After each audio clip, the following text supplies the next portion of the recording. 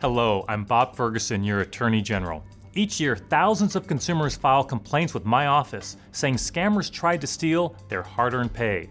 We've seen a rapid increase in the number of people who have their personal information stolen, which can lead to identity theft. Identity thieves use all kinds of clever ways to trick consumers into handing over private information. They find ways to get logins, passwords, and more. The thieves then buy and sell that information on the dark web. While my office is doing everything we can to pursue these scammers, we can't solve the growing fraud problem alone. We are working with AARP to produce educational materials to help you spot and avoid scams.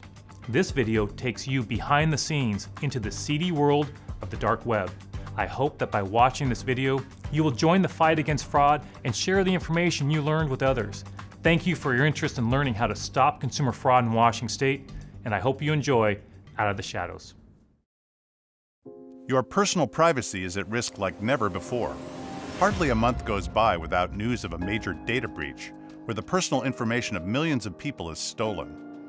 Or perhaps you receive an email or phone call asking for information. Criminals are constantly probing for your credit card information, your social security number, any information they can get to rip you off. Today, you need to be vigilant, and we'll show you how.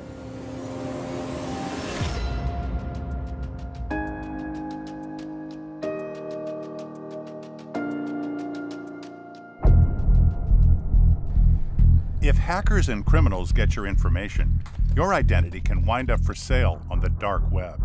Perhaps you've heard of the dark web or dark net, but most of us know little about what it is or the threat it poses. Meet Brett Johnson, your tour guide for the back alleys of the dark web. The Secret Service from Columbia, South Carolina, they called me the original internet godfather. I'm the guy that built what is today's darknet market. The credit cards, the tax scams, I was on the ground floor of developing that stuff and figuring out how criminals should go about ripping other people off. Using the hacker name Golem Fun, Brett began connecting with hackers and scammers around the world in 2002. He founded an online group called Shadow Crew that quickly became an international crime syndicate. Shadow Crew is the first darknet market. It's the forerunner of all of today's cybercrime. It was loaded with the top tier criminals, just the worst of the worst. The darknet market system that Shadow Crew pioneered allowed hackers and criminals to connect and cooperate, pulling off scams and sharing information. It operated like a Wild West criminal form of eBay or Craigslist. Credit card numbers could be stolen in one country, sold in another, and the funds laundered through yet another. And just about anything could be bought and sold. Brett was at the center of this hidden web. So criminals see this way to remain anonymous online, and they're like, let's try that. All of a sudden, you've got all these criminals conducting business, and no one can figure out who they are. To give you an idea of how Shadow Crew operated, so Ukrainians were very good about getting the credit card numbers and everything. The United States people tended to cash out for the Ukrainians, and we ended up partnering together. When you look at cybercrime, people tend to specialize in one specific type of area. But eventually, the U.S. government's Operation Firewall brought down Shadow Crew. Federal agents had arrested a member named Khumba Johnny for credit card theft. He flipped and began working as an informant. On October 28, 2004, the ring came crashing down. When the Secret Service busted our site, we were 4,000 people total, but they arrested 33 people from 14 countries in a matter of hours. Actually, I didn't go to jail immediately. The Secret Service offered me a job. So idiot here takes the job and starts breaking the law while working for the Secret Service, sometimes from within their offices. Once they find out I'm ripping them off, I take off on a cross-country run, and I steal over $400,000 out of ATMs. I get placed on the United States Most Wanted list, get caught, get sent to prison. I escape from prison, get caught, and finally get sent to prison. When I got out, couldn't get a job, couldn't do anything else, and I went back to my old ways. I victimized everybody. I hurt friends, family, people I didn't know. I was fortunate enough by that point in time, the woman who would be my wife, she had found me, and she ends up saving me. If you're looking at the origins of credit theft, stolen credit cards. Today, after 7.5 years in prison, including hard time in Texas and 8 months in solitary, Brett is no longer Gollum Fun and has found a new career as a cybercrime consultant, author, and educator. He gives presentations and seminars around the world, including to our AARP fraud fighter volunteers in Seattle. Brett credits the FBI and Secret Service agents who brought him down and put him behind bars with helping him find purpose in developing new ways to fight dark web crimes.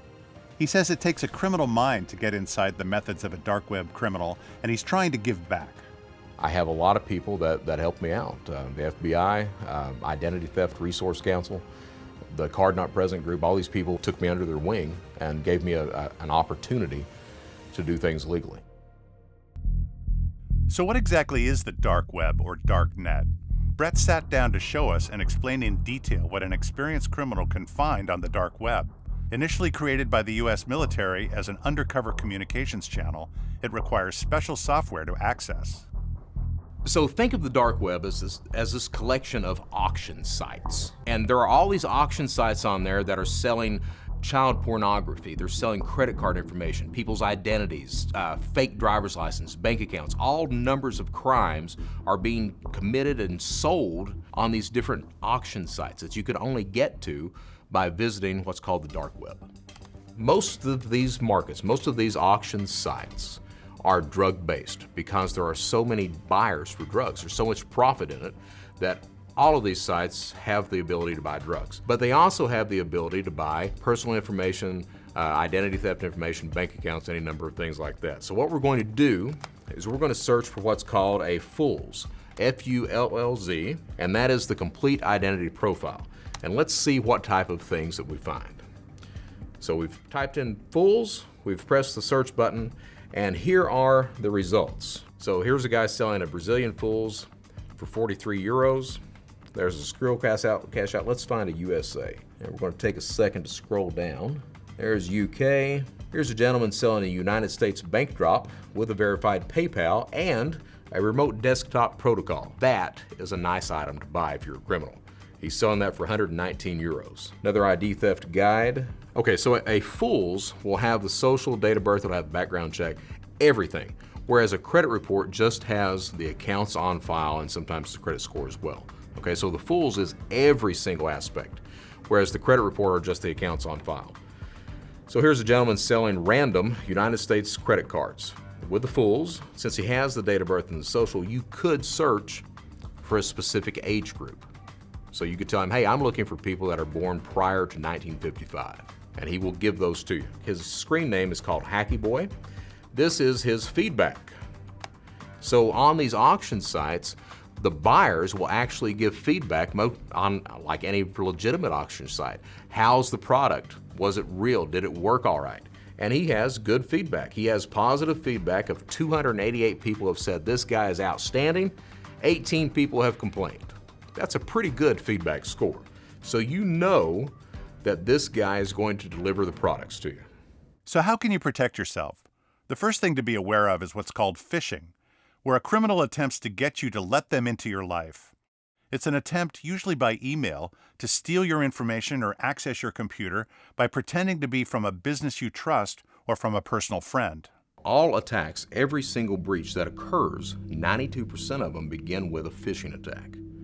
Because it's much easier to ask somebody than it is to try to force somebody to do something, okay? So you're asking somebody for their information. Now the way you stop that is, we understand as criminals, people are lazy. And criminals are lazy too, all right? But people are lazy, and they tend to use the same passwords across multiple platforms. If they get a phishing email that comes from Netflix, or Amazon, or Apple, or their dating site, or anything like that, who cares about my Netflix account? So what do? They go ahead and they fall for that phishing email. A lot of people use the exact same passwords for the Netflix account and the banking account. So as a criminal, you've got that information. Yeah, you'll sell the Netflix account for $3, but you'll also try that login on several bank accounts as well. Phishing scams have become increasingly sophisticated. Criminals know what will get us to take them seriously and do what they want. Just because an email has authentic-looking graphics or appears to come from a legitimate email address doesn't mean it's real. Often you can look at the sender's address on an email and see that there's no way it came from a legitimate email address. You can do this by hovering over the address without clicking. But never click on a link in an email. Just doing so can open your computer to outsiders. Here are 4 steps you can take today to protect yourself from criminals on the dark web. Freeze your credit. A credit freeze is telling all 3 credit bureaus that you don't want any new credit. When your credit is frozen, criminals can't borrow money in your name, buy items that require loans, open new accounts, or otherwise pretend to be you to get money. You can reverse this when you need your credit, and it's now free to both freeze and unfreeze your credit. Monitor your bank and credit accounts as often as possible for any suspicious activity. Experts recommend at least once a week, more often if you can. Consider using a password manager. A password manager is a service that will store all your passwords, allow you to create a master password, and generate complex passwords automatically so you don't have to remember unbreakable passwords yourself. There are several reputable ones, and the starter version is often free. It may be all you need. If you don't use a password manager, make sure you use strong passwords and a different one for each account. Don't respond to suspicious emails or voicemails, period. Chances are very high it's a scam. If you think the message might be authentic, contact the sender or caller yourself through a method you know is really them. For more information on how to protect yourself from dark web criminals, visit AARP's Fraud Watch Network website at aarp.org/fraudwatchnetwork and consider signing up to become a fraud fighter. You'll receive regular alerts on the latest scams and become part of a vigilant army of fraud fighters who are saying no more to con artists, criminals, and thieves. Together, we can unmask the criminals who lurk in the shadows of the dark web and protect ourselves and our loved ones from devastating scams.